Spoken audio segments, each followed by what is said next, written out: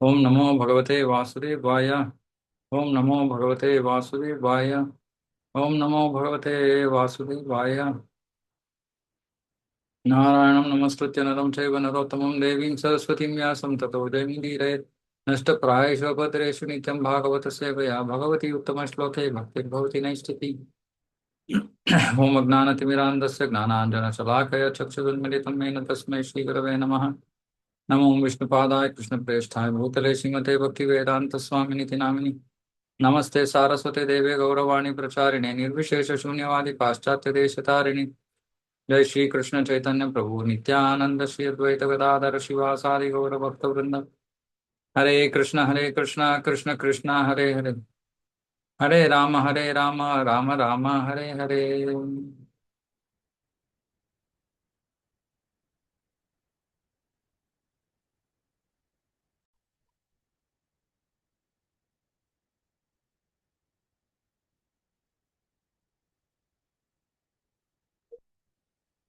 ಶ್ರೀಮದ್ ಭಾಗವತ ಸ್ಕಂದ 1 ಅಧ್ಯಾಯ 3 ಶ್ಲೋಕ 36.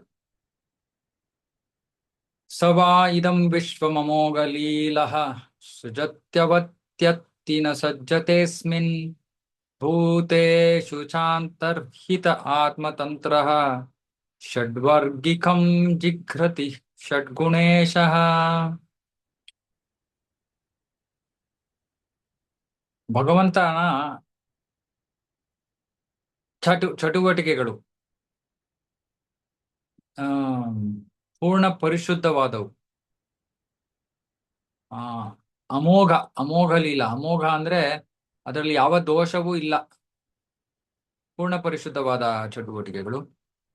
ಅವನು ಎಲ್ಲ ಇಂದ್ರಿಯಗಳ ಸ್ವಾಮಿ ಮತ್ತು ಷಡೈಶ್ವರ್ಯ ಪೂರ್ಣ. 6 ಐಶ್ವರ್ಯಗಳಿಂದ 6 ಐಶ್ವರ್ಯಗಳನ್ನ ಸಂಪೂರ್ಣವಾಗಿ ಹೊಂದಿರುವಂತಹ ಸರ್ವಶಕ್ತ. ಷಡೈಶ್ವರ್ಯ ಪೂರ್ಣ. ಅವನು ಈ ಬ್ರಹ್ಮಾಂಡಗಳನ್ನ ಸೃಷ್ಟಿ ಮಾಡ್ತಾನೆ, ಅವುಗಳ ಪಾಲನೆಯನ್ನ ಮಾಡ್ತಾನೆ, ಮತ್ತೆ ನಾಶವನ್ನು ಕೂಡ ಮಾಡ್ತಾನೆ. ಆದ್ರೆ ಅವನು ಇದ್ಯಾವುದರಿಂದಲೂ ಕೂಡ ಸ್ವಲ್ಪವೂ ಕೂಡ ಬಾಧಿತನಾಗೋದಿಲ್ಲ. ಅಂದ್ರೆ ಅದರಿಂದ ಅವನಿಗೆ ದುಃಖ ಆಗ್ಲಿ ಸುಖ ಆಗ್ಲಿ ಏನೂ ಇಲ್ಲ. ಅಲ್ಲದೆ ಅವನು ಪ್ರತಿಯೊಂದು ಜೀವಿಯೊಳಗೂ ಇದ್ದಾನೆ, ಮತ್ತೆ ಯಾವಾಗಲೂ ಸ್ವತಂತ್ರನು.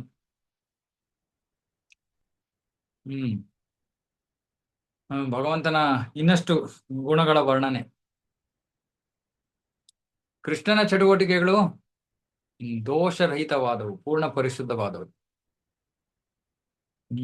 ಮತ್ತೆ ಅವನು ಎಲ್ಲ ಇಂದ್ರಿಯಗಳ ಸ್ವಾಮಿ. ಅರೆ ಸಾಮಾನ್ಯವಾಗಿ ಕೃಷ್ಣನ ಲೀಲೆಗಳನ್ನ ಶ್ರವಣ ಮಾಡೋರು ಅಧಿಕೃತ ಗುರು ಶಿಷ್ಯ ಪರಂಪರೆಯಲ್ಲಿ ಬಂದಿರುವಂತಹ ಆಚಾರ್ಯರಿಂದ ಶ್ರವಣ ಮಾಡದೆ ಹೋದ್ರೆ ಅವಾಗ ಅವ್ರಿಗೇನನ್ಸುತ್ತೆ, ಕೃಷ್ಣನ ಚಟುವಟಿಕೆಗಳು ದೋಷಪೂರಿತವಾದವು, ಮತ್ತೆ ಅವನು ಇಂದ್ರಿಯಗಳ ಸ್ವಾಮಿ ಅಲ್ಲ, ಇಂದ್ರಿಯಗಳ ದಾಸ. ಅಂದ್ರೆ ಸಂಪೂರ್ಣವಾಗಿ ತದ್ವಿರುದ್ಧವಾದ ತೀರ್ಮಾನಕ್ಕೆ ಬಂದ್ಬಿಡ್ತಾರೆ. ಯಾಕೆಂದ್ರೆ ಕೃಷ್ಣನ ಚಟುವಟಿಕೆಗಳು ಎಲ್ಲರನ್ನು ದಿಗ್ಭ್ರಮೆಗೊಳಿಸುವಂಥದ್ದು. ಅದಕ್ಕೆ ಕೃಷ್ಣ ಹೇಳ್ತಾನೆ ಭಗವದ್ಗೀತೆಯಲ್ಲಿ, ಭಕ್ತ್ಯಾ ಮಾಮಭಿಜಾನಾತಿ. ಯಾರು ಭಕ್ತಿಯನ್ನ ಮಾಡ್ತಾ ಇದ್ದಾನೋ ಅಂತಹ ಭಕ್ತರು ಮಾತ್ರ ಕೃಷ್ಣನನ್ನ ಅರ್ಥ ಮಾಡ್ಕೊಳಕ್ ಸಾಧ್ಯ, ಕೃಷ್ಣನ ಚಟುವಟಿಕೆಗಳನ್ನ ಅರ್ಥ ಮಾಡ್ಕೊಳಕ್ ಸಾಧ್ಯ. ಹಾಗಾಗಿ ಕೃಷ್ಣ ಭಗವದ್ಗೀತೆಯಲ್ಲಿ ಹೇಳ್ತಾನೆ, ಜನ್ಮ ಕರ್ಮ ಚ ಮೇ ದಿವ್ಯಂ. ನನ್ನ ಜನ್ಮ ಮತ್ತೆ ನನ್ನ ಕರ್ಮ ದಿವ್ಯವಾದವು, ಭೌತಿಕವಾದವಲ್ಲ. ಏವಂ ಯೋ ವೇತ್ತಿ ತತ್ವತಃ. ಯಾರು ಇದನ್ನ ತತ್ವತಃ ಅರ್ಥ ಮಾಡ್ಕೋತಾರೋ, ತತ್ವತಃ ಅಂದ್ರೆ ಗುರು ಶಿಷ್ಯ ಪರಂಪರೆಯಲ್ಲಿ ಯಾರು ಅರ್ಥ ಮಾಡ್ಕೋತಾರೋ, ಮತ್ತೆ ನಾನು ಹೇಳಿದೆ ಸುಮ್ಮನೆ ಅರ್ಥ ಮಾಡ್ಕೊಳಕ್ ಪ್ರಯತ್ನ ಮಾಡಿದ್ರು ಕೂಡ ಅವ್ರು ಮತ್ತೆ ಈ ಭೌತಿಕ ಜಗತ್ತಿಗೆ ಬರೋದಿಲ್ಲ. ಅಷ್ಟು ಸುಮ್ಮನೆ ಕೃಷ್ಣನ ಜನ್ಮ ಚಟುವಟಿಕೆಗಳನ್ನ ಅರ್ಥ ಮಾಡ್ಕೊಳ್ಳೋದೇ ಅಷ್ಟು ಶ್ರೇಷ್ಠ ಕಾರ್ಯ. ಆದ್ರೆ ಅದನ್ನ ನಾವು ಇಂಟರ್ನೆಟ್ ಇಂದ, ಟಿವಿಯಿಂದ, ಯಾವ್ದೋ ಸೀರಿಯಲ್ ಇಂದ, ಪಿಕ್ಚರ್ ಇಂದ ನಾವು ಅರ್ಥ ಮಾಡ್ಕೊಳಕ್ಕಾಗಲ್ಲ ಕೃಷ್ಣನ್. ಹೆಚ್ಚು ಕಡಿಮೆ ಯಾವ ಸೀರಿಯಲ್ಲು ಇದು ಅದು ನೋಡಿದ್ರು ಅದು ಅಧಿಕೃತವಾದ ಪುರಾಣಗಳ ಮೇಲೆ, ಆಚಾರ್ಯರ ಭಾಷ್ಯಗಳ ಮೇಲೆ ಅವಲಂಬಿತವಾಗಿಲ್ಲದೆ ಹೋದ್ರೆ ಮಾನಸಿಕ ಊಹಾಪೋಹನೆ. ಮತ್ತೆ ಎಷ್ಟೊಂದು ರೀತಿಗಳಲ್ಲಿ ಸೂಕ್ಷ್ಮವಾಗಿ, ಸ್ಥೂಲವಾಗಿ ಅವರು ಭಗವಂತನ ವಿರುದ್ಧವಾಗಿ ಮಾತಾಡ್ತಾ ಇರ್ಬೋದು. ಅದಕ್ಕೆ ಯಾರಿಗೆ ಶಾಸ್ತ್ರದ ಜ್ಞಾನ ಇದೆಯೋ ಅವ್ರಿಗೆ ಮಾತ್ರ ಗೊತ್ತಾಗೋದು. ಉದಾಹರಣೆಗೆ ನಮ್ಮ ಕರ್ನಾಟಕದಲ್ಲೇ ನಾವು ತಗೊಳ್ಳಿ, ಎಷ್ಟೊಂದು ದೇವರಿಗೆ ಸಂಬಂಧಿತವಾದ ಎಷ್ಟೊಂದು ಪಿಕ್ಚರ್ಗಳು ಬಂದು, ಅದರಲ್ಲಿ ವಿಶೇಷವಾಗಿ ನಾನು ಚಿಕ್ಕವನಾಗಿದ್ದಾಗ ನನಗೆ ಎದ್ದು ಕಾಣ್ತಾ ಇದ್ದಿದ್ದು ಏನು ಅಂದ್ರೆ, ನಾರದರನ್ನ ಎಷ್ಟು ಕೆಟ್ಟದಾಗಿ ಅವರು ಪ್ರತಿಬಿಂಬಿಸ್ತಾ ಇದ್ರು ಅಂತ. ಎಷ್ಟು ಕೆಟ್ಟದಾಗಿ ಬಿಂಬಿಸ್ತಾ ಇದ್ರು ಅಂದ್ರೆ, ಅವರು ಬತ್ತಿ ಹಚ್ಚೋರು ಅನ್ನೋ ಒಂದು ಆ ರೀತಿ ಜನರ ಮನಸ್ಸಿನಲ್ಲಿ ಕೂತ್ಕೊಳ್ಳೋ ರೀತಿಯಲ್ಲಿ ಪಿಕ್ಚರ್ಗಳನ್ನ ತೆಗೆದಿದ್ದಾರೆ. ಇವಾಗ ನಾವು ಕೃಷ್ಣ ಪ್ರಜ್ಞೆಗೆ ಬರೋ ತನಕ ನನಗೆ ಅದೇ ಒಂದೇ ತಿಳುವಳಿಕೆ ಇದ್ದಿದ್ದು, ಅದೇ ಸರಿ ಅಂತ ಅನ್ಕೊಂಡಿದ್ವಿ. ಅರೆ ಭಕ್ತಿಗೆ ಬಂದಾದ್ಮೇಲೆ ಗೊತ್ತಾಯ್ತು ಅದು ಸಂಪೂರ್ಣವಾದ ಒಂದು ಮಹಾ ಅಪರಾಧ. ಅದೇ ರೀತಿ ಭಕ್ತರನ್ನೇ ಅರ್ಥ ಮಾಡ್ಕೊಳಕ್ ಆಗಲ್ಲ ಸಾಮಾನ್ಯ ಜನರು, ಇನ್ನು ಭಗವಂತನನ್ನ ಹೇಗೆ ಅರ್ಥ ಮಾಡ್ಕೋತಾರೆ? ಗುರು ಶಿಷ್ಯ ಪರಂಪರೆಯಲ್ಲಿ ನಾವು ಕೃಷ್ಣನ ಬಗ್ಗೆ ತಿಳ್ಕೊಳಕ್ಕೆ ಪ್ರಯತ್ನ ಮಾಡದೆ ಹೋದ್ರೆ ಬೇರೆ ಯಾವ ಮಾರ್ಗವೂ ಕೂಡ ಅಪರಿಪೂರ್ಣವಾದವೇ, ದೋಷಪೂರಿತವಾದದ್ದಾಗಿರುತ್ತೆ. ಸೊ ಕೃಷ್ಣನನ್ನ ಇಲ್ಲಿ ಅಮೋಘ ಲೀಲಾ ಅಂತ ಕರಿತಾ ಇದ್ದಾರೆ. ಅಂದ್ರೆ ಅವನ ಲೀಲೆಯಲ್ಲಿ ಯಾವುದು ಆ ಶೋಚನೀಯವಾದದ್ದು ಏನೂ ಇಲ್ಲ. ಅವನ ಸೃಷ್ಟಿಯಲ್ಲಿ ಶೋಚನೀಯವಾದದ್ದು ಏನೂ ಇಲ್ಲ. ಅದ್ಭುತವಾದದ್ದು, ಪರಿಶುದ್ಧವಾದದ್ದು. ಯಾರು ಅವನ ಸೃಷ್ಟಿಯಲ್ಲಿ ಗೊಂದಲವನ್ನ ಸೃಷ್ಟಿ ಮಾಡ್ತಾರೋ ಅವರೇ ಗೊಂದಲಕ್ಕೀಡಾಗ್ತಾರೆ. ಇದು ಬಹಳ ಮುಖ್ಯ. ಇದು ಕೃಷ್ಣನ ಸೃಷ್ಟಿಯಲ್ಲಿ ಯಾರು ಗೊಂದಲಕ್ಕೆ ಕಾರಣರಾಗ್ತಾರೋ, ಅಂದ್ರೆ ಕೃಷ್ಣನ ನಿಯಮಗಳನ್ನ ಉಲ್ಲಂಘನೆ ಮಾಡೋದು, ಕೃಷ್ಣ ನಮ್ಮಿಂದ ಹೇಗೆ ಅಪೇಕ್ಷೆ ಪಡ್ತಾ ಇದ್ದಾನೋ ಅದರ ವಿರುದ್ಧವಾಗಿ ಜೀವನ ನಡೆಸೋದು, ಪಾಪ ಜೀವನವನ್ನ ಮಾಡೋದು. ಪಾಪ ಜೀವನ ಭಗವಂತನ ಸೃಷ್ಟಿಯಲ್ಲಿ ಗೊಂದಲವನ್ನ ಸೃಷ್ಟಿ ಮಾಡೋದು. ಇವಾಗ ರಾವಣನಂತಹ ಮಹಾಪಾಪಿಗಳು ಅವ್ರೇನ್ ಮಾಡ್ಬೇಕು ಅಂತ ಇಚ್ಛೆ ಪಟ್ಟ ರಾವಣ, ಮೆಟ್ಟಿಲು ಕಟ್ಬಿಡೋಣ, ಒಂದು ಸ್ಟೇರ್ ಕೇಸ್ ಕಟ್ಬಿಡೋಣ ಸ್ವರ್ಗಕ್ಕೆ, ಯಾವ ಪುಣ್ಯ ಕಾರ್ಯವೂ ಬೇಡ ಸ್ವರ್ಗಕ್ಕೆ ಹೋಗಕ್ಕೆ, ಸುಮ್ಮನೆ ನಾನು ಇಲ್ಲಿಂದ ಕಳಿಸ್ತೀನಿ ಜನರನ್ನ. ಅಂದ್ರೆ ಭಗವಂತನ ಸೃಷ್ಟಿಯಲ್ಲಿ ಸ್ವರ್ಗಕ್ಕೆ ಹೋಗ್ಬೇಕಂದ್ರೆ ಪುಣ್ಯ ಮಾಡಿರ್ಬೇಕು, ಇವೆಲ್ಲವನ್ನ ಅವನು ತೆಗೆದಾಕಕ್ಕೆ, ಆ ನಿಯಮಗಳನ್ನ ತೆಗೆದಾಕಕ್ಕೆ, ಅಂದ್ರೆ ಯಾವ ಅರ್ಹತೆನೂ ಬೇಕಾಗಿಲ್ಲ, ಸುಮ್ಮನೆ ಯಾರು ಬೇಕಾದ್ರೂ ಹೋಗ್ಬೋದು, ನಾನ್ ಕಳಿಸ್ತೀನಿ. ಇದು ಭಗವಂತನ ಸೃಷ್ಟಿಯಲ್ಲಿ ಗೊಂದಲವನ್ನ ಸೃಷ್ಟಿ ಮಾಡೋದು. ಅವಾಗ ಏನಾಗತ್ತೆ, ಯಾರು ಸೃಷ್ಟಿ ಮಾಡ್ತಾರೋ ಅವರೇ ಗೊಂದಲಕ್ಕೆ ಈಡಾಗ್ತಾರೆ, ಅಂದ್ರೆ ಮೃತನಾಗೋದು ರಾವಣ.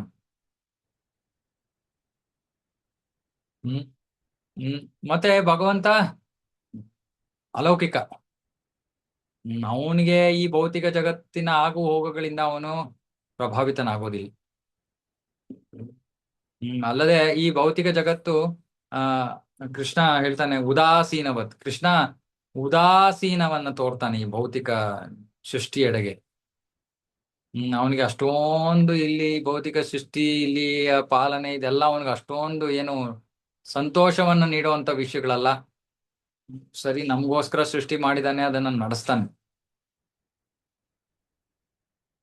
ಆದ್ರೆ ಅವನು ಷಡೈಶ್ವರ್ಯ ಪೂರ್ಣ, ಸಂಪೂರ್ಣ ಸಂಪತ್ತು, ಶಕ್ತಿ, ಖ್ಯಾತಿ, ಸೌಂದರ್ಯ, ಜ್ಞಾನ, ವೈರಾಗ್ಯ ಎಲ್ಲವೂ ಅವನಲ್ಲಿದೆ. ಹಾಗಾಗಿ ಅವನು ಭೌತಿಕ ವಿಷಯಗಳಿಂದ ಅಷ್ಟೊಂದು ಪ್ರಭಾವಿತನಾಗೋದಿಲ್ಲ. ಮತ್ತೆ ಅವನು ತನ್ನ ಇಂದ್ರಿಯಗಳ ಸ್ವಾಮಿ. ಇದಕ್ಕೆ ಒಂದು ಲೀಲೆ ಇದೆ. ಒಂದ್ಸತಿ ದೂರ್ವಾಸ ಮುನಿಗಳು ಬಂದಿರ್ತಾರೆ. ದೂರ್ವಾಸ ಮುನಿಗಳು ಯಾವುದೋ ಒಂದು ರೀತಿಯಲ್ಲಿ ಕೃಷ್ಣನ ಗುರುಗಳಂತ, ಯಾವುದೋ ಒಂದು ಲೆಕ್ಕಾಚಾರದಲ್ಲಿ. ಸರಿ, ದೂರ್ವಾಸ ಮುನಿಗಳು ಯಮುನೆಯ ಇನ್ನೊಂದು ದಡದಲ್ಲಿ ಇರ್ತಾರೆ. ಮತ್ತೆ ರಾಧಾರಾಣಿ ಮತ್ತೆ ಗೋಪಿಯರು ಅವರಿಗೆ ಅಡಿಗೆಯನ್ನ ಮಾಡುವ ಒಂದು ಸೇವೆ ಮಾಡಬೇಕು ಅನ್ನೋ ಉದ್ದೇಶದಿಂದ ಹೋಗ್ತಾ ಇರ್ತಾರೆ. ಅಲ್ಲಿ ನೋಡಿದ್ರೆ ಅಲ್ಲಿ ಯಮುನೆ ದಡಕ್ಕೆ ಬರ್ತಾರೆ, ಅಲ್ಲಿ ಯಾವ ಹಡಗು ಇಲ್ಲ, ಆ ಕಡೆಗೆ ಹೋಗಕ್ಕೆ ಯಾವ ಮಾರ್ಗವೂ ಇಲ್ಲ. ಸರಿ, ಕೃಷ್ಣ ಇರ್ತಾನಲ್ಲಿ. ಅವ್ರು ಕೇಳ್ತಾರೆ ಕೃಷ್ಣನಪ್ಪ, ಕೃಷ್ಣ ದೂರ್ವಾಸ ಮುನಿಗಳು ನಿಮ್ ಗುರುಗಳಂತೆ ಆ ಕಡೆ ಹೋಗಿ ಅವರಿಗೆ ಸ್ವಲ್ಪ ಸೇವೆ ಮಾಡಕ್ ನಾವು ಹೋಗ್ಬೇಕು ಅಂತ ಇದೀವಿ, ಇಲ್ಲಿ ಯಾವ್ದು ಬೋಟೇ ಇಲ್ವಲ್ಲ, ಏನಾದ್ರು ಮಾಡಪ್ಪ. ಸರಿ ಕೃಷ್ಣ ಹೇಳ್ತಾನೆ, ಸರಿ ಒಂದ್ ಕೆಲಸ ಮಾಡಿ, ಯಮುನೆಗೆ ನನ್ನ ಬಗ್ಗೆ ಒಂದು ಸತ್ಯವನ್ನ ಹೇಳಿ. ಆ ಸತ್ಯವನ್ನ ಕೇಳಿದ ತಕ್ಷಣ ಅವಳು ನಿಮ್ಗೆ ಜಾಗ ದಾರಿ ಮಾಡ್ಕೊಡ್ತಾಳೆ, ನೀವು ನಡ್ಕೊಂಡು ಹೊರಟೋಗ್ಬೋದು, ಯಮುನೆಯನ್ನ ದಾಟ್ಕೊಂಡು ಆ ಕಡೆ ಹೋಗ್ಬಿಡ್ಬೋದು. ಸರಿ ಏನಪ್ಪಾ ಹೇಳ್ಬೇಕು ನಾವು ಯಮುನೆಗೆ ಅಂದ್ರೆ, ಕೃಷ್ಣ ಹೇಳ್ತಾನೆ, ಕೃಷ್ಣ ಅಪ್ಪಟ ಬ್ರಹ್ಮಚಾರಿ ಅಂತ ಹೇಳಿ ಅಂತ. ಗೋಪಿಯರೆಲ್ಲ ನಾಗ್ತಾ ಇದಾರೆ, ನೀನ್ ಅಪ್ಪಟ ಬ್ರಹ್ಮಚಾರಿನ? ಯಾವಾಗ ನೋಡಿದ್ರು ನಮ್ ಜೊತೆ ಐತಿ, ನೀನ್ ಹೇಗೆ ಅಪ್ಪಟ ಬ್ರಹ್ಮಚಾರಿ ಆಗಕ್ ಸಾಧ್ಯ? ಕೃಷ್ಣ ಹೇಳ್ತಾನೆ, ನೋಡಿ ಅದು ಸತ್ಯ ಇಲ್ದೇ ಇದ್ರೆ ಯಮುನೆ ಜಾಗ ಬಿಡಲ್ಲ. ನೀವು ಅವಳಿಗೆ ಹೋಗಿ ಹೇಳಿ ನೋಡಿ, ಅವ್ಳು ದಾರಿ ಬಿಟ್ರೆ ಅವಾಗ ನಿಮ್ಗೆ ಗೊತ್ತಾಗುತ್ತೆ ಅದೇ ಸತ್ಯ ಅಂತ. ಸರಿ ಅಂದ್ಬಿಟ್ಟು ರಾಧಾ ರಾಣಿ ಮತ್ತೆ ಗೋಪಿಯರೆಲ್ಲರೂ ಯಮುನೆಗೆ ಹೋಗಿ ಹೇಳ್ತಾರೆ, ಕೃಷ್ಣ ಅಪ್ಪಟ ಬ್ರಹ್ಮಚಾರಿ. ತಕ್ಷಣ ಯಮುನ ಜಾಗ ಬಿಟ್ಬಿಡ್ತಾಳೆ ಅವ್ರಿಗೆ ಹೋಗಕ್ಕೆ. ಇವ್ರಿಗೆ ಅರ್ಥನೇ ಆಗಲ್ಲ, ಇದೇನಿದು. ಹಾ ಸರಿ ಸರಿ, ಇವಾಗ ಸಮಯ ಇಲ್ಲ. ದೂರ್ವಾಸ ಮುನಿಗಳು ಲೇಟ್ ಆದ್ರೆ ಕೋಪ ಬರುತ್ತೆ ಅನ್ಬಿಟ್ಟು ಆಮೇಲೆ ಆ ಕಡೆ ಹೋಗ್ತಾರೆ, ಅವ್ರಿಗೆ ಅಡಿಗೆ ಎಲ್ಲ ಮಾಡ್ತಾರೆ, ಮುಗಿಸ್ತಾರೆ. ಅವರು ಬಹಳ ಸಂತೃಪ್ತರಾಗ್ತಾರೆ. ಸರಿ ಆಮೇಲೆ ಇವ್ರು ವಾಪಸ್ ಬರ್ಬೇಕು. ಮತ್ತೆ ಯಮುನೆಯನ್ನು ಹೇಗೆ ದಾಟೋದು? ಸರಿ ದೂರ್ವಾಸ ಮುನಿಗಳಿಗೆ ಕೇಳ್ತಾರೆ, ಸ್ವಾಮಿಗಳೇ, ನೀವು ಮಹಾಶಕ್ತಿಯನ್ನು ಹೊಂದಿರೋರು, ನಾವು ಯಮುನೆಯನ್ನ ದಾಟಬೇಕು, ಏನ್ ಮಾಡ್ಬೇಕು? ದೂರ್ವಾಸ ಮುನಿಗಳು ಹೇಳ್ತಾರೆ, ಸರಿ ನಾನೊಂದು ಸತ್ಯ ಹೇಳ್ತೀನಿ, ನೀವು ಅದನ್ನ ಹೋಗಿ ಯಮುನೆಗೆ ಹೇಳಿ, ಅವಳು ಆ ಸತ್ಯವನ್ನ ಕೇಳಿ ಅವಳು ಜಾಗ ಬಿಡ್ತಾಳೆ. ಏನು?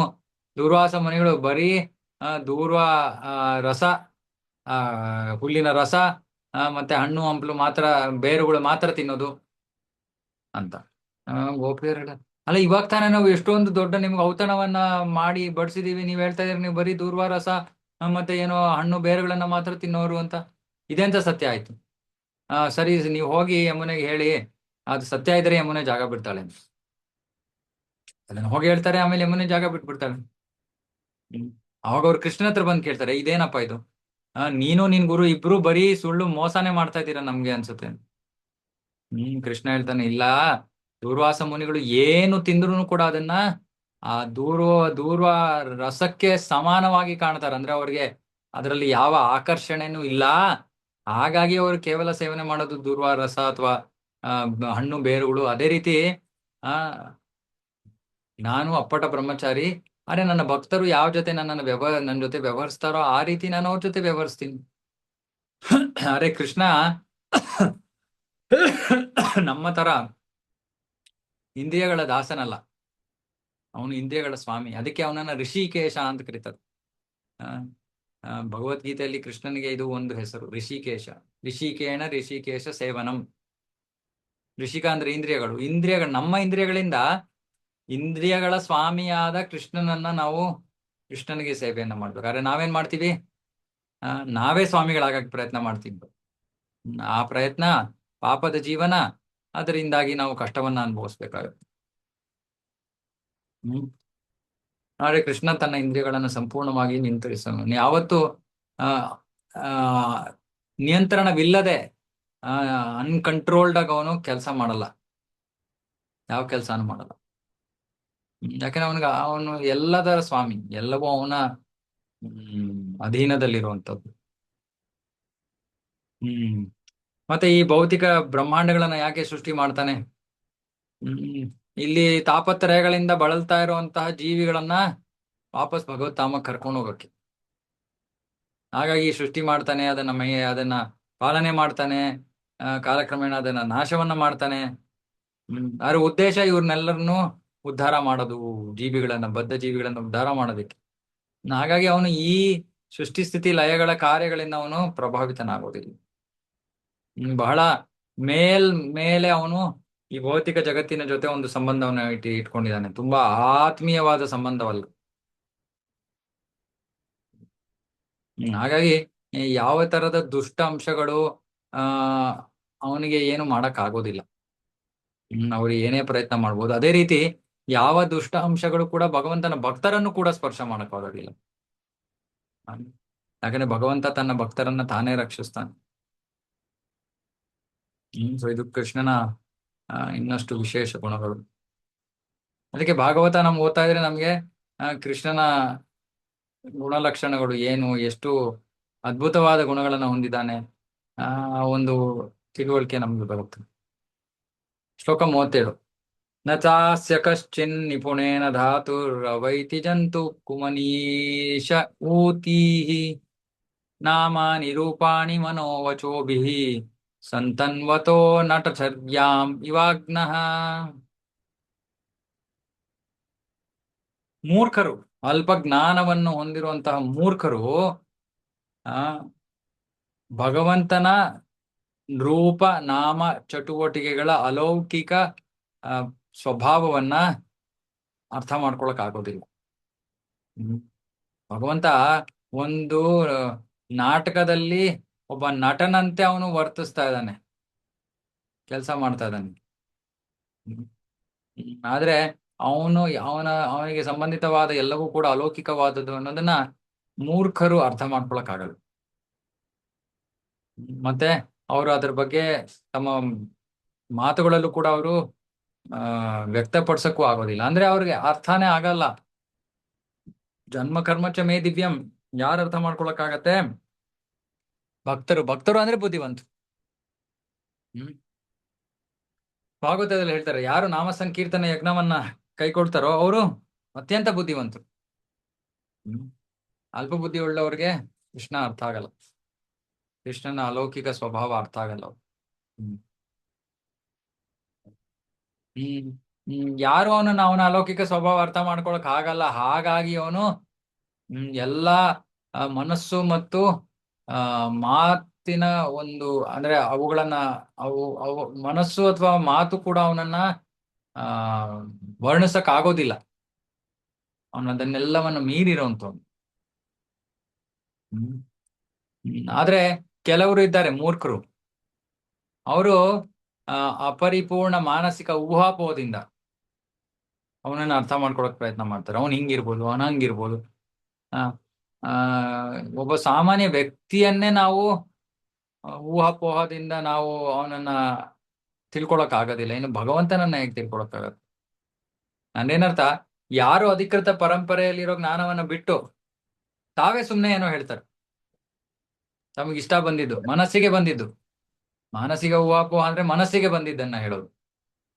ಕೃಷ್ಣ ಹೀಗೆ, ಕೃಷ್ಣ ಹಾಗೆ, ಯಾವ ಆಧಾರ ಇದೆ?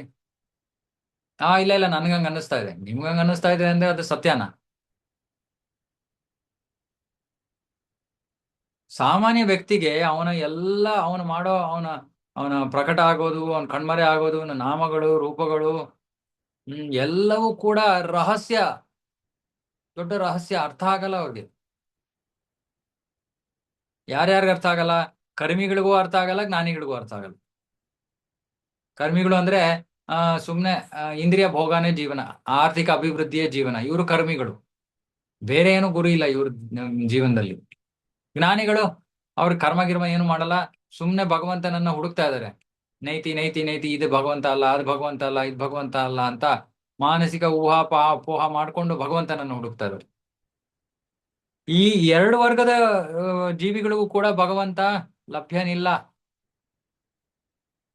ಹ್ಮ್. ಯಾವಾಗ ಅವರು ಒಂದಿಷ್ಟು ಭಕ್ತಿಯನ್ನ ತಮ್ಮ ಜೀವನದಲ್ಲಿ ಅಳವಡಿಸ್ಕೋತಾರ, ಅವಾಗ ಅವ್ರಿಗೆ ಕೃಷ್ಣ ಅರ್ಥ ಆಗೋಕ್ ಸಾಧ್ಯ. ಇಲ್ಲ ಅಂದ್ರೆ ಅವ್ರಿಗೆ ಕೃಷ್ಣ ಒಂದು ದೊಡ್ಡ ರಹಸ್ಯ. ಇವಾಗ ಯಾರೋ ಒಬ್ಬ ಮ್ಯೂಜಿಷಿಯನ್ ಇರ್ತಾನೆ, ಅವನೇನೋ ಜಾದೂ ಮಾಡ್ತಾ ಇದ್ದಾನೆ. ಮಕ್ಳು ನೋಡಿ, ಎಷ್ಟು ಏನ್ ಮಾಡ್ತಾ ಇದ್ದಾನೆ ಅಂದ್ರೆ ಸ್ವಲ್ಪ ಬುದ್ಧಿವಂತರಾದವ್ರಿಗೆ ಗೊತ್ತಾಗತ್ತೆ, ಈ ತರ ಮಾಡ್ತಾ ಇದಾರೆ ಹಿನ್ನೆಲೆಯಲ್ಲಿ. ಅದೇ ರೀತಿ ಈ ಸರ್ವೋಚ್ಚ ಜೀವಿಯ ಅವನು ಮಾಡುವಂತ ಮಾಯೆ, ಅದರಿಂದ ಮೋಸ ಹೋಗ್ತಾರೆ ಭಕ್ತರಲ್ದೇ ಇರೋರು. ಅವರು ತಮ್ಮ ಕರ್ಮದಲ್ಲಿ ಬಹಳ ದಕ್ಷರಾಗಿರ್ಬೋದು, ಮಾನಸಿಕ ಊಹಾಪೋಹದಲ್ಲಿ ಬಹಳ ನಿಪುಣರಾಗಿರ್ಬೋದು, ಆದರೆ ಅವರು ಅಜ್ಞಾನದಲ್ಲೇ ಇರ್ತಾರೆ ಭಗವಂತನನ್ನ ಕುರಿತಾಗಿ. ಹಾಗಾಗಿ ಭಗವಂತನನ್ನ ಅರ್ಥ ಮಾಡ್ಕೊಳ್ಳೋದಕ್ಕೆ ಭೌತಿಕ ಬುದ್ಧಿವಂತಿಕೆ ಸಾಲದು, ಭಕ್ತಿ ಒಂದೇ ಇರೋದು ಮಾರ್ಗ. ಯಾಕಂದ್ರೆ ಭಕ್ತಿ ಇಲ್ದೇರೆ ಸಾಮಾನ್ಯ ಜ್ಞಾನದಿಂದ ಅವರು ಅವನನ್ನ ಅರ್ಥ ಮಾಡ್ಕೊಳಕ್ಕಾಗಲ್ಲ. ಆದ್ರೆ ಕರ್ಮಿಗಳಿಗಿಂತ ಜ್ಞಾನಿಗಳು ಸ್ವಲ್ಪ ಮುಂದುವರೆದಿರೋರು, ಯಾಕಂದ್ರೆ ಕರ್ಮಿಗಳು ಬರೀ ಇಂದ್ರಿಯ ಭೋಗದಲ್ಲೇ ಮುಳುಗೋಗಿರ್ತಾರೆ, ಜ್ಞಾನಿಗಳು ಇಂದ್ರಿಯ ಭೋಗವನ್ನ ಬಿಟ್ಟಿರ್ತಾರೆ, ಆದ್ರೆ ಅಧಿಕೃತವಾಗಿ ಭಗವಂತನನ್ನ ಅರ್ಥ ಮಾಡ್ಕೊಳ್ಳೋ ಹಂತಕ್ಕೆ ಬಂದಿಲ್ಲ. ಹಾಗಾಗಿ ಅವರು ಉಪಯೋಗ ಇಲ್ಲ, ಆದ್ರೆ ಕರ್ಮಿಗಳಿಗಿಂತ ಖಂಡಿತವಾಗಿಯೂ ಮುಂದುವರೆದಿರೋರು. ಆದ್ರೆ ಅವರು ಕೂಡ ಭ್ರಮೆಯಲ್ಲೇ ಇರೋದ್ರಿಂದ ಅವರು ಕೂಡ ಕೃಷ್ಣನ ಅರ್ಥ ಮಾಡ್ಕೊಳ್ತಾರೆ. ಅವ್ರೇನ್ ಅನ್ಕೋತಾರೆ, ಕೃಷ್ಣ ಅಂದ್ರೆ ಅವನು ಕೂಡ ಒಂದು ಮಾಯೆಯಿಂದ ಆಗಿರೋ ರೂಪವನ್ನ ಪಡ್ಕೊಂಡಿದ್ದಾನೆ. ಅಂದ್ರೆ ಅವನ ಶರೀರವು ಕೂಡ ತಾತ್ಕಾಲಿಕ, ಅವನಿಗೂ ಜನ್ಮ ಇದೆ, ಮರಣ ಇದೆ. ನಿಜವಾದ ಅದ್ವಯ ತತ್ವ ಅಂದ್ರೆ ಅದಕ್ಕೆ ರೂಪ ಇಲ್ಲ, ಅದು ನಿರಾಕಾರ, ಅದು ಶಕ್ತಿ ಅಂತ ಹೀಗೆ ತಪ್ಪು ತಿಳ್ಕೊತಾರೆ. ಕರ್ಮಿಗಳಿಗಂತೂ ಅರ್ಥನೇ ಆಗಲ್ಲ. ಜ್ಞಾನಿಗಳು ಅರ್ಧಂಬರ್ಧ ಜ್ಞಾನವನ್ನು ಹೊಂದಿರ್ತಾರೆ. ಹಾಗಾಗಿ ಯಾರು ಕೂಡ ಕೃಷ್ಣನನ್ನ ಅರ್ಥ ಮಾಡ್ಕೊಳಕ್ಕಾಗಲ್ಲ. ಹ್ಮ್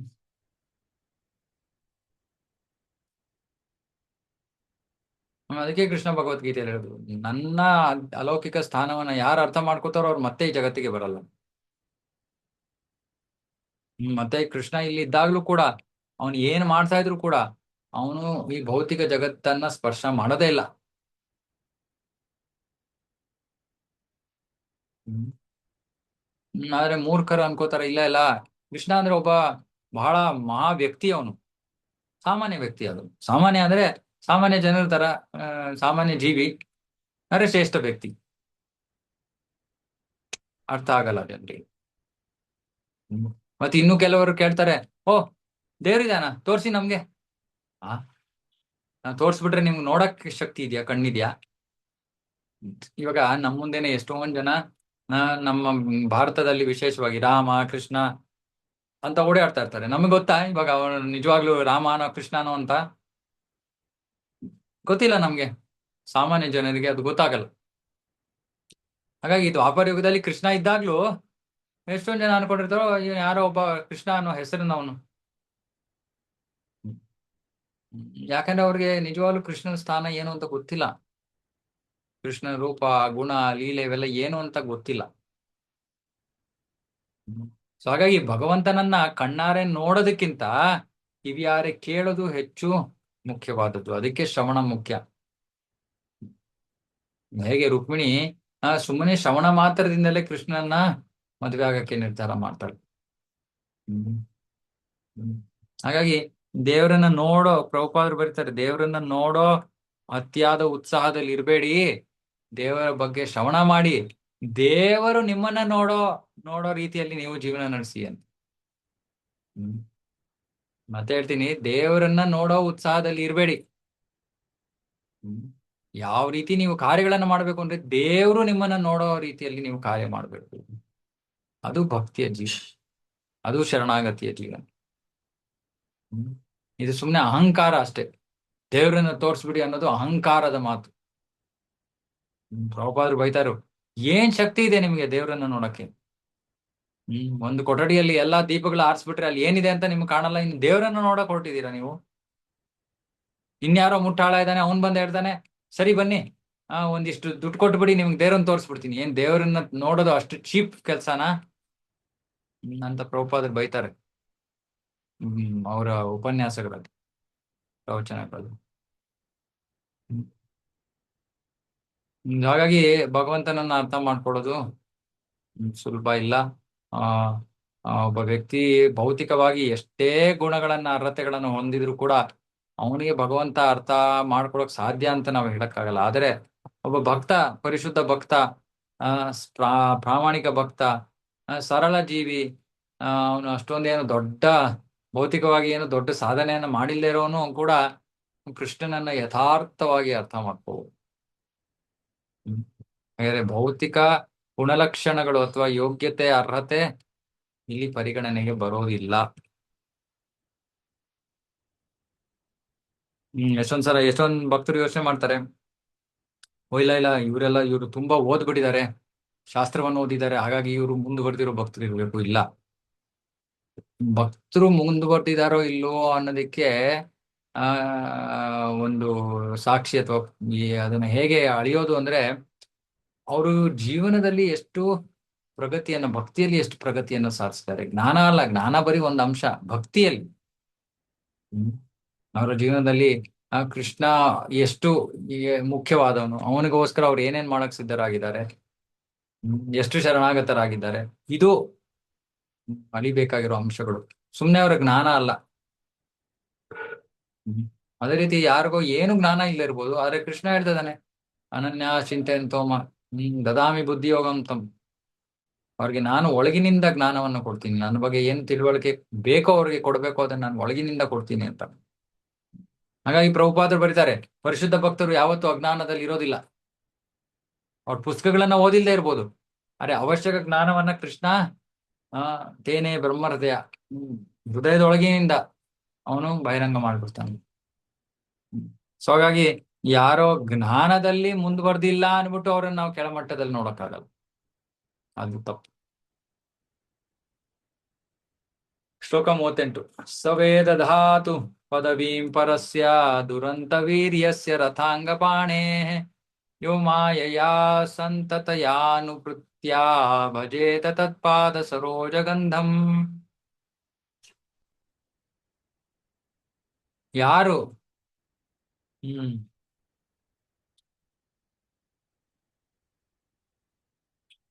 ಅಮಾಯಯ ಅಂದ್ರೆ ಆ ಹಿಂಜರಿದೆ, ಅಥವಾ ಸಂಪೂರ್ಣವಾಗಿ ತಮ್ಮನ್ನ ತಾವು ಭಕ್ತಿಗೆ ಯಾರು ಸಮರ್ಪಿಸ್ಕೊಂಡು ಬಿಡ್ತಾರೋ, ಮತ್ತೆ ಆ ಅಪ್ರತಿಹತ, ಯಾವ ಅಡೆತಡೆ ಇಲ್ಲದೆ, ಯಾವ ಅಡಚಣೆ ಇಲ್ಲದೆ, ಆ ಆನುಕೂಲ್ಯ ಅನುಕೂಲಕರವಾದ ಸೇವೆಯನ್ನ ಯಾರು ಭಗವಂತನ ಪಾದ ಪದ್ಮಗಳಿಗೆ ಅರ್ಪಿಸ್ತಾರೋ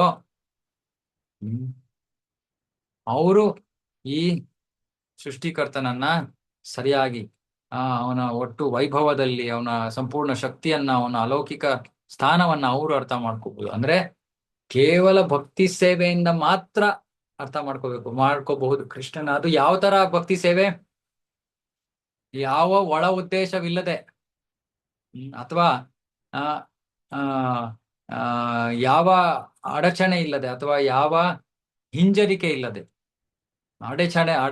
ಅಡೆತಡೆಗಳಿಲ್ಲದೆ, ಸತತವಾಗಿ ಅಹೈತುಕಿ ಅಪ್ರತಿಹತ, ಯಾವ ಹೇತುವೂ ಇಲ್ಲ, ಯಾವ ಅಡೆತಡೆನೂ ಇಲ್ಲ, ಆನುಕೂಲ್ಯಸ್ಯ, ಅನುಕೂಲಕರವಾದ ಸೇವೆಯನ್ನ ಯಾರು ಮಾಡ್ತಾರೋ ಅವರು ಕೃಷ್ಣನ ಅರ್ಥ ಮಾಡ್ಬೋದು. ಅದೇನರ್ಥ? ಕೇವಲ ಶುದ್ಧ ಭಕ್ತರು ಮಾತ್ರ ಕೃಷ್ಣನ ಅರ್ಥ ಮಾಡ್ಕೋಬಹುದು. ಯಾಕೆಂದ್ರೆ ಅವರು ಜ್ಞಾನ ಕರ್ಮಾದಿ ಅನಾವೃತ, ಜ್ಞಾನ ಮತ್ತು ಕರ್ಮಗಳಿಂದ ಸಂಪೂರ್ಣವಾಗಿ ಮುಕ್ತರಾಗಿದ್ದಾರೆ. ಅವ್ರಿಗೆ ಈ ಭಗವಂತನ ಭಕ್ತಿ ಸೇವೆಯಿಂದ ಯಾವುದೋ ಆ ವೈಯಕ್ತಿಕ ಲಾಭ ಬೇಕಾಗಿಲ್ಲ ಅವ್ರಿಗೆ. ನಾನು ಭಕ್ತಿಯನ್ನ ಮಾಡ್ತೀನಿ, ನನ್ಗೆ ಇದು ಸಿಗುತ್ತೆ, ನನ್ಗೆ ಅದು ಸಿಗುತ್ತೆ. ಅವರು ಶುದ್ಧ ಭಕ್ತರಲ್ಲ, ಅವರು ಮಿಶ್ರ ಭಕ್ತರು. ಮತ್ತೆ ಶುದ್ಧ ಭಕ್ತರು, ಅವ್ರಿಗೆ ಯಾವ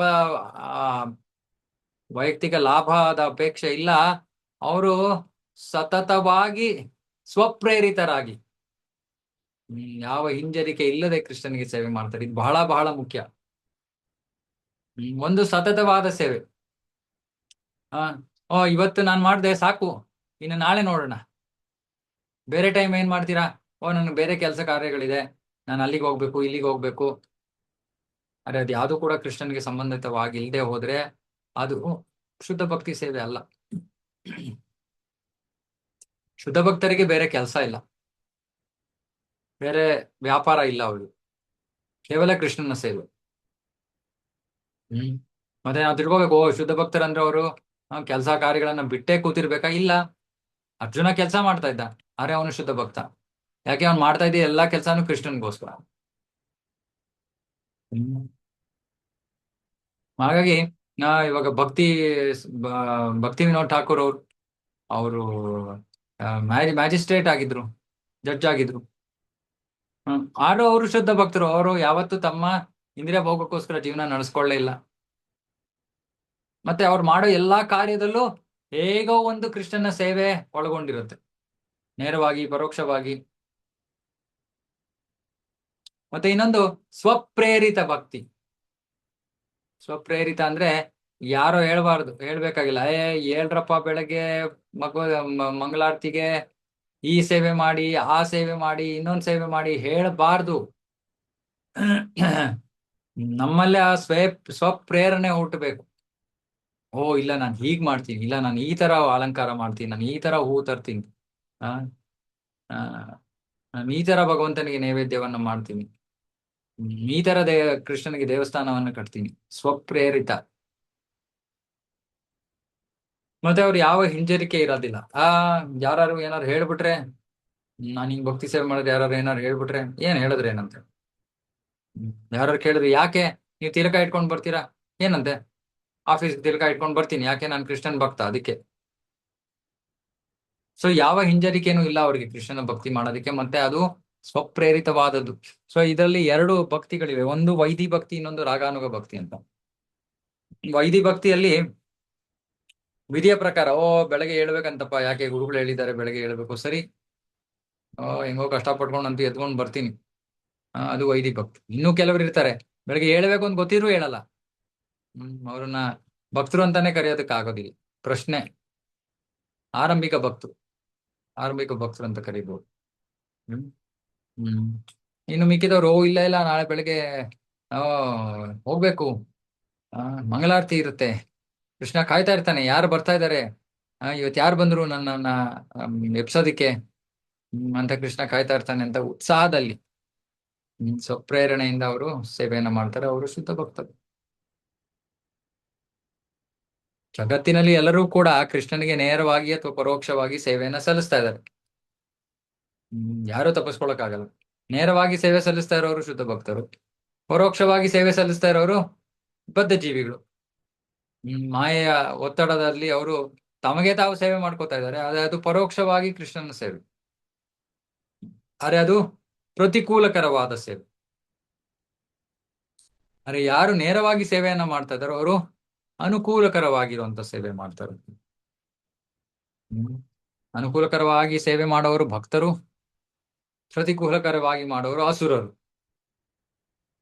ಅನುಕೂಲಕರವಾಗಿ ಸೇವೆ ಮಾಡುವಂತ ಭಕ್ತರು ಭಗವಂತನ ಕೃಪೆಯಿಂದ ಅವನ ಅಲೌಕಿಕ ಸತ್ಯವನ್ನ, ಸತ್ಯಾಂಶವನ್ನ, ಸತ್ಯದ ರಹಸ್ಯವನ್ನ ಅವರು ಅರ್ಥ ಮಾಡ್ಕೊಳಕ್ಕೆ ಸಾಧ್ಯವಾಗುತ್ತೆ. ಆದ್ರೆ ಬೇರೆಯವರು ಅಂಧಕಾರದಲ್ಲಿ ಉಳಿತಾರೆ. ಯಾರು ಏವಂ ಸತತಯುಕ್ತಾಯೇ ಅಥವಾ ಸತತಂ ಕೀರ್ತಯಂತೋಮ, ಯಾರು ಸತತವಾಗಿ ಕೃಷ್ಣನಿಗೆ ಪ್ರೇಮಮಯ ಸೇವೆಯನ್ನ ಅರ್ಪಿಸ್ತಾರೋ, ಇದಕ್ಕೆ ರಾಗ ಮಾರ್ಗ ಅಂತ ಕರೀತಾರೆ, ರಾಗ ಮಾರ್ಗ, ಅಂತಹ ಭಕ್ತರಿಗೆ ಭಗವಂತ ತಾನೇ ಮಾರ್ಗದರ್ಶನವನ್ನು ಕೊಡ್ತಾನೆ ಪರಿಪೂರ್ಣತೆಗೆ. ದದಾಮಿ ಬುದ್ಧಿಯೋಗಂ ತಂ. ಪ್ರೇಮಮಯ ಸೇವೆ, ಪ್ರೇಮ ಅಂದ್ರೆ ಅದು ಸ್ವಯಂ ಪ್ರೇರಿತವಾದದ್ದು, ಯಾರು ಹೇಳ್ಬೇಕಾಗಿಲ್ಲ, ಹಿಂಗ್ ಪ್ರೇಮಿಸಿ, ಹಿಂಗ್ ಪ್ರೀತಿ ತೋರಿಸಿ, ಸ್ವಪ್ರೇರಿತವಾದ ಪ್ರೀತಿ. ಭಗವದ್ಧಾಮಕ್ಕೆ, ವಿಶೇಷವಾಗಿ ಕೃಷ್ಣ ಲೋಕಕ್ಕೆ ಪ್ರವೇಶ ಮಾಡ್ಬೇಕಂದ್ರೆ ಇದೇ ರಹಸ್ಯ. ವೈಕುಂಠಕ್ಕೆ ನಾವು ವೈದಿ ಭಕ್ತಿಯಿಂದ ಹೋಗ್ಬೋದು ವೈಕುಂಠಕ್ಕೆ. ಅಂದ್ರೆ ಇರೋ ವಿಧಿಗಳನ್ನ ಸುಮ್ನೆ, ನಮಗೆ ಕೃಷ್ಣನ ಮೇಲೆ ಯಾವ ಪ್ರೀತಿ ಇದೆಯೋ ಇಲ್ವೋ, ಸುಮ್ನೆ ವಿಧಿ ಪ್ರಕಾರ ನಡ್ಕೊಂಡು ಹೋದ್ರೆ ನಾವು ವೈಕುಂಠಕ್ಕೆ ಹೋಗ್ಬೋದು. ಆದ್ರೆ ಯಾರಿಗೆ ಕೃಷ್ಣನ ಮೇಲೆ ಪ್ರೀತಿ ಇದೆಯೋ, ಒಲವಿದೆಯೋ, ಸ್ವಪ್ರೇರತ ಭಕ್ತಿಯನ್ನ ಯಾರು ಮಾಡ್ತಾರೋ ಅವರು ಕೃಷ್ಣ ಲೋಕಕ್ಕೆ ಹೋಗ್ತಾರೆ, ಗೋಲೋಕಕ್ಕೆ ಹೋಗ್ತಾರೆ. ಗೋಲೋಕಕ್ಕೆ ಹೋಗಕ್ಕೆ ಬೇರೆ ಮಾರ್ಗ ಇಲ್ಲ. ಮತ್ತೆ ಕರ್ಮಿಗಳು, ಜ್ಞಾನಿಗಳಂತೂ ಖಂಡಿತವಾಗಿಯೂ ಅವರಿಗೆ ಅರ್ಹತೆ ಇಲ್ಲ ಕೃಷ್ಣ ಲೋಕವನ್ನು ಪ್ರವೇಶ ಮಾಡೋಕೆ.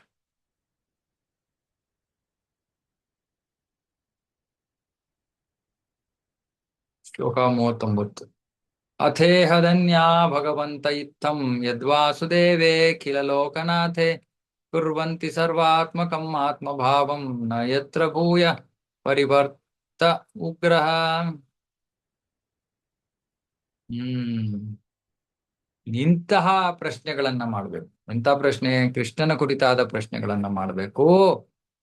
ಆಗ ಒಬ್ಬ ವ್ಯಕ್ತಿಯ ಜೀವನ ಯಶಸ್ವಿಯಾಗತ್ತೆ, ಮತ್ತೆ ಅವನು ಸಂಪೂರ್ಣವಾಗಿ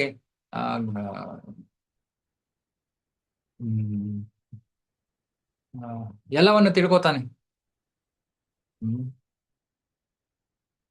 ಯಾಕಂದ್ರೆ ಇಂತಹ ಪ್ರಶ್ನೆಗಳಿಂದ ಏನಾಗತ್ತೆ, ಭಗವಂತನೆಡೆಗೆ ಪ್ರೇಮ ಭಕ್ತಿ ಜಾಗೃತವಾಗುತ್ತೆ.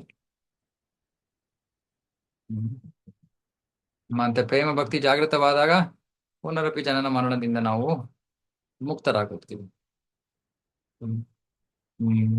ನಾವು ಗುರು ಪೂಜಾ ಮಾಡ್ತೀವಿ ಬೆಳಗ್ಗೆ, ಅದು ಹೇಳ್ತಿದ್ದ, ಪ್ರೇಮ ಭಕ್ತಿ ಜहाँ ಹೋಯ್ತೆ ಅವಿದ್ಯಾ ವಿನಾಶ ಜಾತಿ ಅಂತ. ಯಾವಾಗ ಪ್ರೇಮ ಭಕ್ತಿ ಜಾಗೃತವಾಗುತ್ತೋ ಆವಾಗ ಅವಿದ್ಯೆ ನಾಶವಾಗುತ್ತೆ. ಕೃಷ್ಣನ ಕುರಿತಾಗಿ ನಾವು ಜಿಜ್ಞಾಸೆಗಳನ್ನ ಮಾಡಬೇಕು, ಪ್ರಶ್ನೆಗಳನ್ನ ಮಾಡಬೇಕು. ಸಾಮಾನ್ಯವಾಗಿ ಪ್ರಭುಪಾದರು ಮೊದಲನೇ ಸ್ಕಂದದಲ್ಲಿ ಮೊದಲನೇ ಶ್ಲೋಕದ ಭಾವಾರ್ಥದಲ್ಲಿ ಬರೀತಾರೆ, ಜಗತ್ತಿನಲ್ಲಿ ಜಗತ್ತು ಪೂರ್ತಿ ಪ್ರಶ್ನೆ ಉತ್ತರಗಳಿಂದ ತುಂಬಿದೆ. ಅವ್ರು ಹೇಳ್ತಾರೆ ಪ್ರಾಣಿ ಪಕ್ಷಿಗಳು ಕೂಡ ಪ್ರಶ್ನೆ ಕೇಳ್ತವೆ, ಏನು ನನ್ನ ಆಹಾರ, ಮುಂದಿನ ಆಹಾರ ಎಲ್ಲಿ ಸಿಗುತ್ತೆ, ಎಲ್ಲಿದೆ ಅನ್ನೋ ಪ್ರಶ್ನೆ ಮಾಡ್ತಾ ಇದ್ರು. ಪ್ರಭುಪಾದರು ಹೇಳ್ತಾರೆ ಮನುಷ್ಯರಾಗಿ ನಾವು ಕೂಡ ಈ ಆಹಾರ, ನಿದ್ರೆ, ಭಯ, ಮೈಥುನಗಳ ಪ್ರಶ್ನೆಗಳನ್ನೇ ಮಾಡ್ತಾ ಇದ್ರೆ ನಮಗೂ ಪ್ರಾಣಿಗಳಿಗೂ ಏನ್ ವ್ಯತ್ಯಾಸ? ಮನುಷ್ಯ ಉನ್ನತ ಮಟ್ಟದ ಜಿಜ್ಞಾಸೆಯನ್ನ ಮಾಡಬೇಕು, ಪ್ರಶ್ನೆಯನ್ನ ಕೇಳ್ಬೇಕು. ನಾನು ಯಾರು, ನಾನು ಯಾಕೆ ಇಲ್ಲಿದ್ದೀನಿ, ನಾನು ಏನ್ ಮಾಡ್ಬೇಕು, ಭಗವಂತ ಯಾರು, ಭಗವಂತನಿಗೂ ನನಗೂ ಸಂಬಂಧ ಏನು? ಈ ಪ್ರಶ್ನೆಗಳನ್ನ ಮಾಡೋರು ನಿಜವಾದ ಮನುಷ್ಯರು. ಮತ್ತೆ ಆ ರೀತಿ ಪ್ರಶ್ನೆಗಳನ್ನ ಮಾಡಿದಾಗ ಅವುಗಳಿಗೆ ಉತ್ತರವಾಗಿ ಭಗವದ್ಗೀತಾ, ಭಾಗವತ ಇಂತಹ ಗ್ರಂಥಗಳನ್ನ ನಾವು ಶ್ರವಣ ಮಾಡ್ತೀವಿ. ಆ ಶ್ರವಣ ಮಾತ್ರದಿಂದ, ಆ ಕೃಷ್ಣ ಕೀರ್ತನೆಯಿಂದ ನಮ್ಮ ಹೃದಯ ಪರಿಶುದ್ಧವಾಗಿ ಅಂತಿಮವಾಗಿ ನಾವು ಕೃಷ್ಣನಡಿಗೆ ಪ್ರೇಮವನ್ನ, ನಮ್ಮಲ್ಲಿರೋ ಕೃಷ್ಣ ಪ್ರೇಮ ಜಾಗೃತವಾಗತ್ತೆ. ಕೃಷ್ಣ ಪ್ರೇಮ ಜಾಗೃತವಾದ್ಮೇಲೆ ತಿರ್ಗಾ ಭೌತಿಕ ಜಗತ್ತಿಗೆ ಬರೋ ಪ್ರಶ್ನೆ ನೋಡಿ.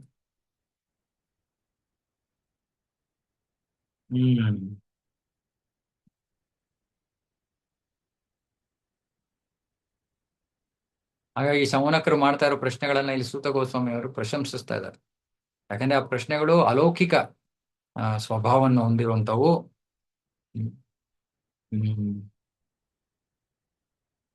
ಮತ್ತೆ ಇಂಥ ಪ್ರಶ್ನೆಗಳನ್ನ ಮಾಡಿ ಅವುಗಳಿಗೆ ಉತ್ತರಗಳನ್ನ ಪಡ್ಕೊಂಡಾಗ ಭಕ್ತರು ಜ್ಞಾನೋದಯವನ್ನ ಪಡಿತಾರೆ. ಬೇರೆಯವ್ರು ಯಾರು ನಿರಾಕಾರ ಬ್ರಹ್ಮನಿಂದ ಹೋಗ್ತಾ ಇದಾರೆ ಅಥವಾ ಪರಮಾತ್ಮನ ಹಿಂದೆ ಯಾರು ಹೋಗ್ತಾ ಇದಾರೋ ಅವರು ಆ ಭಗವಂತನ ಭಾಗಶಃ ಜ್ಞಾನವನ್ನ ಮಾತ್ರ ಪಡ್ಕೊತಾರೆ. ಆದ್ರೆ ಯಾರು ಭಗವಂತನ ಹಿಂದೆ ಹೋಗ್ತಾರೋ ಅವರು ಎಲ್ಲಾ ಜ್ಞಾನವನ್ನ ಪಡ್ಕೊಂಡ್ಬಿಡ್ತಾರೆ. ಯಾಕಂದ್ರೆ ಭಗವಂತನ ತಿಳ್ಕೊಂಡ ತಕ್ಷಣ ಗೊತ್ತಾಯ್ತು, ಬ್ರಹ್ಮಜ್ಯೋತಿಯ ಭಗವಂತನ ಶರೀರದಿಂದ ಬರ್ತಾ ಇರೋ ಕಾಂತಿ, ಓ ಪರಮಾತ್ಮನ ನಾನು ಭಗವಂತನ ಭಾಗಶಃ ಅಂಶ, ಕ್ಷೀರೋದಕ ಶಾಯಿ ವಿಷ್ಣು ಈ ಭೌತಿಕ ಜಗತ್ತಿನಲ್ಲಿ.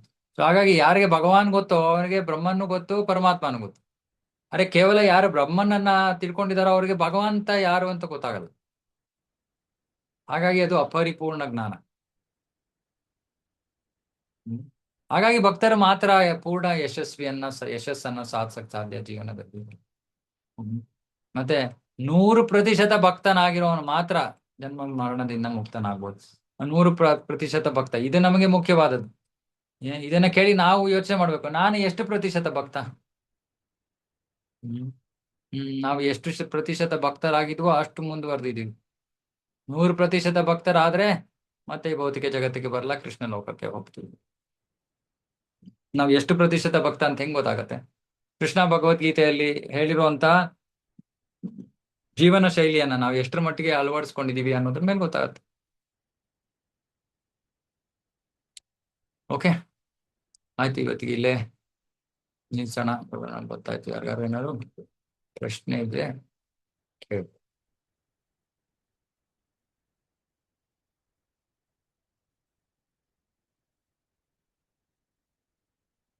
ಏನಾದ್ರು ಪ್ರಶ್ನೆ ಇದೆಯಾ? ಹರೇ ಕೃಷ್ಣ ಪ್ರಭು. ರಾಧಾ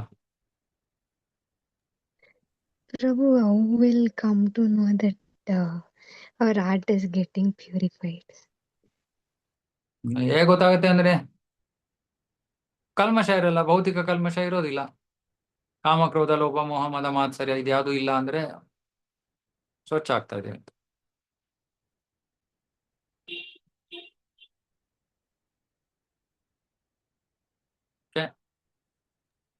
ಅಶ್ವಿನ್ ಪ್ರಭು. ಪ್ರಭು, ಕೃಷ್ಣ ಹೇಳಿದ ಜೀವನ ಶೈಲಿನ ನಾವು ನಡಿಬೇಕಂದ್ರೆ ಮೋಸ್ಟ್ಲಿ ಇಲ್ಲಿರೋ ಮೆಟೀರಿಯಲ್ ನಾವು ಮಾಡ್ತಾ ಇರೋ ಇವಾಗ ಅದನ್ನ ಬಿಡ್ಬೇಕಾಗುತ್ತೆ. ಅವ್ರು ಹೇಳಿದ ಅದರೆಲ್ಲೂ ಹೇಳಿಲ್ವಲ್ಲ ಕೃಷ್ಣ. ಎಲ್ಲಿ ಹೇಳಿದಾನೆ ಕೃಷ್ಣ ಕೆಲಸ ಬಿಡ್ಬೇಕು ಅಂತ? ಸೊ ಅದಕ್ಕೆ ನಾನು ಹೇಳಿದ್ದು ಭಗವದ್ಗೀತೆಯನ್ನ ನಾವು ಸರಿಯಾಗಿ ಅರ್ಥ ಮಾಡ್ಕೋಬೇಕು. ಭಗವದ್ಗೀತೆಯಲ್ಲಿ ಕೃಷ್ಣ ಆತರ ಹೇಳ್ತಾ ಇಲ್ಲ. ಕೃಷ್ಣ ಅರ್ಜುನ್ಗೆ ಹೇಳ್ತಾ ಇದ್ದಾನೆ, ಕರಿಷ್ಯೇ ವಚನಂ ತವ, ನಿನ್ನ ಮಾತ ನಾನು ನಡೆಸ್ತೀನಿ. ಏನು ಮಾತು? ಯುದ್ಧ ಮಾಡು. ಯುದ್ಧ ಬಿಟ್ಬಿಟ್ಟು ಜಪಮಾಲೆ ಇಟ್ಕೊಂಡು ಜಪ ಮಾಡ್ತಾ ಕೂತ್ಕೊಂತ ಹೇಳದ್ನ ಕೃಷ್ಣ?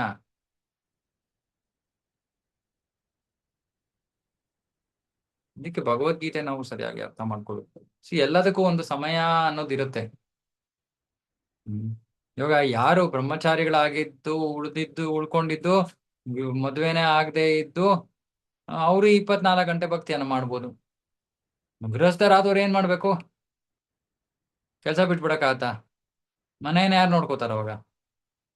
ಅದು ನಮ್ ಜವಾಬ್ದಾರಿ. ಅದಕ್ಕೆ ಇರೋದು ವರ್ಣಾಶ್ರಮ. ಗೃಹಸ್ಥ ಆಶ್ರಮದಲ್ಲಿ ಇರೋ ತನಕ ಕೆಲಸ ಮಾಡ್ಬೇಕು. ಅರೆ ಕೆಲಸದ ಮೇಲೆ ಅಂಟ್ಕೋಬಾರ್ದು. ಭೌತಿಕ ಜೀವನಕ್ಕೆ ಅಂಟ್ಕೋಬಾರ್ದು. ಭೌತಿಕ ಜೀವನ ಇದೆ, ಕರ್ತವ್ಯಗಳು ನಡೀತಾ ಇವೆ. ಅರೆ ಜೀವನದ ಗುರಿ ಕೃಷ್ಣ. ಇದು ಸ್ವೀಕೃತವಾದ ಮಾರ್ಗ. ಆಮೇಲೆ ಸೂಕ್ತ ಸಮಯ ಬಂದಾಗ ಎಲ್ಲವನ್ನು ಬಿಟ್ಟು ಪೂರ್ಣ ಸಮಯ ಭಕ್ತಿಯನ್ನ ಮಾಡೋದು. ಯಾರ್ಯಾರು ಮುಂಚೆನೆ ಮಾಡಕ್ಕಾದ್ರೆ ಭಾಗ್ಯಶಾಲಿಗಳು. ಮಾಡಕ್ಕಾಗ್ಲಿಲ್ಲ ಅಂದ್ರೆ ಅವರು ಅಂತದೃಷ್ಟರಂತ ಹೇಳಕ್ಕಾಗಲ್ಲ. ನಿಧಾನಕ್ಕೆ ಬರ್ತಾರ ಹಂತಕ್ಕೆ ಅಷ್ಟೇ. ಅರೆ ಕೆಲಸ ಬಿಡ್ಬೇಕು ಅಂತ ಯಾರು ಹೇಳ್ತಾರೆ?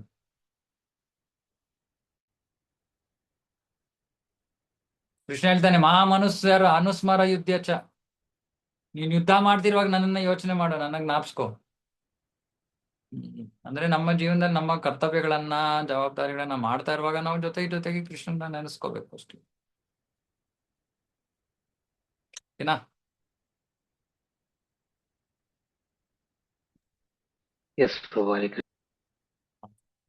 ಇನ್ನೇನಾದ್ರು ಪ್ರಭುಜಿ ನಮಸ್ತೆ. ಹೇಳಿ. ಕಾಮ ಕ್ರೋಧ ಮದಮಸ್ತರದಲ್ಲಿ ನನಗೆ ಕ್ರೋಧ ಇದೆ, ಬಹಳ ಇತ್ತು, ಕಡಿಮೆ ಆಗಿದೆ, ಬಟ್ ಪೂರ ಹೋಗ್ತಾ ಇಲ್ಲ. ಓಕೆ, ಪ್ರಶ್ನೆ ಅದೇ ಪ್ರಶ್ನೆ, ಕ್ರೋಧ ಕಡಿಮೆ ಆಗ್ತಾ ಇಲ್ಲ, ಯಾಕೆ? ಕ್ರೋಧ ಕಡಿಮೆ ಆಗ್ತಾ ಇಲ್ಲ. ಹ ಕ್ರೋಧ ಕಡಿಮೆ ಆಗತ್ತೆ ಎಷ್ಟು ನಾವು ಪೂರ್ಣ ಸಮರ್ಪಿತರಾಗಿ, ಎಷ್ಟು ಚೆನ್ನಾಗಿ ನಾವು ಹರೇ ಕೃಷ್ಣ ಮಹಾಮಂತ್ರ ಜಪ ಮಾಡ್ತೀವೋ, ಎಷ್ಟು ಚೆನ್ನಾಗಿ ನಾವು ಯಾರೊಬ್ಬರ ಮಾರ್ಗದರ್ಶನದಲ್ಲಿ ಭಕ್ತಿಯನ್ನ ಮಾಡ್ತೀವೋ, ಎಷ್ಟು ನಾವು ನಮ್ಮ ಸ್ವಾತಂತ್ರ್ಯವನ್ನ ಬಿಡ್ತೀವೋ, ಅಷ್ಟು ಬೇಗ ನಮ್ಮ ಹೃದಯ ಪರಿಶುದ್ಧವಾಗುತ್ತೆ. ಸ್ವತಂತ್ರರಾಗಿ ನಾವು ಭಕ್ತಿಯನ್ನ ಮಾಡ್ತೀವಿ ಅಂದ್ರೆ ಆಗೋದಿಲ್ಲ, ಮೊದಲನೇದು. ಎರಡನೇದು, ಅಧಿಕೃತವಾದ ಮಾರ್ಗದಲ್ಲಿ ಹೋಗ್ಬೇಕು, ಆವಾಗ ಇದೆಲ್ಲ ಸಾಧ್ಯ. ಆಟೋಮೆಟಿಕ್ ಆಗುತ್ತೆ. ಪ್ರಭುಜಿ ಧನ್ಯವಾದ. ಓಕೆ, ಇನ್ನೇನಾದ್ರು?